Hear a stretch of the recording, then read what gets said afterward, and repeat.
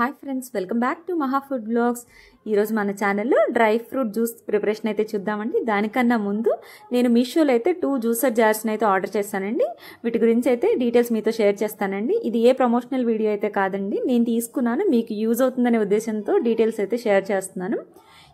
ఇవి మనకి కాస్ట్ అయితే 350 రూపీస్ అయితే పడ్డాయండి. ఒక చిన్న జార్ అలాగే ఒక పెద్ద జార్ అయితే వచ్చాయండి.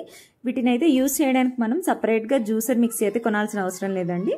మన ఇంట్లో ఉండే పెద్ద మిక్సీస్ ఉన్నాయి కదా, వాటికి ఇవైతే సెట్ అవుతాయండి. వాటికి మనం పెట్టేసుకొని అయితే జ్యూస్ని అయితే చేసేసుకోవచ్చు.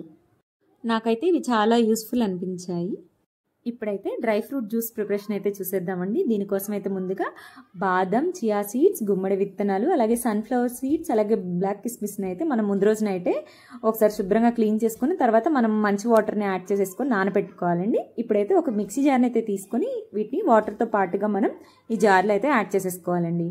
ఇలా యాడ్ చేసేసుకున్న తర్వాత అయితే మనం ఇందులో డేట్స్కి అయితే విత్తనాలు తీసేసుకొని ఆ ఖర్జూరాలను అయితే ఇందులో యాడ్ చేసేసుకోవాలండి.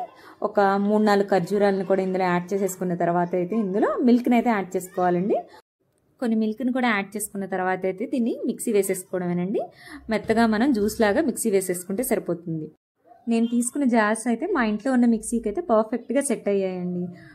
ఇందులోనే జ్యూస్ని అయితే ప్రిపేర్ చేసేసాను. ఇంతేనండి, చాలా సింపుల్గా ఎంతో టేస్టీ అయినా అలాగే హెల్త్కి చాలా మంచిదైన డ్రై ఫ్రూట్ జ్యూస్ని అయితే ప్రిపేర్ చేసేసుకోవచ్చు. మీరు కూడా తప్పకుండా ఒకసారి దీన్ని ట్రై చేసి టేస్ట్ చేసి మీకు ఎలా అనిపించింది అనేది మా కామెంట్స్ ద్వారా తెలియజేయండి. మీరు ఫస్ట్ టైం కనుక మా వీడియోస్ చూస్తున్నట్లయితే ప్లీజ్ లైక్ చేయండి, షేర్ చేయండి, అలాగే please subscribe to Maha food blogs. Thank you for watching.